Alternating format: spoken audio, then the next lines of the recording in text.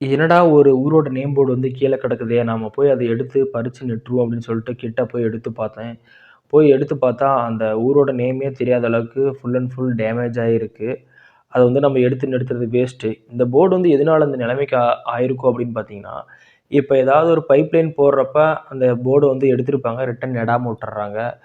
அடுத்தது கேபிள் போடுறப்ப பார்த்தீங்கன்னா, அந்த போர்ட எடுத்திருப்பாங்க. நெடாம விட்டுர்றாங்க.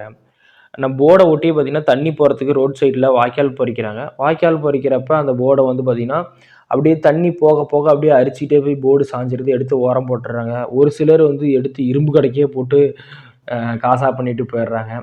ஒரு ஊரோட நேம் போர்டுங்கிறது ரொம்ப, ரொம்ப முக்கியம். இப்ப வெளியூர்லேருந்து நம்ம ஊருக்கு வர்றாங்க அப்படின்னா, அந்த எந்த இடத்துல கரெக்ட்டா இருக்கு அப்படின்னு சொல்லி காட்டுறதுக்காக தான் அந்த நேம் போர்டு.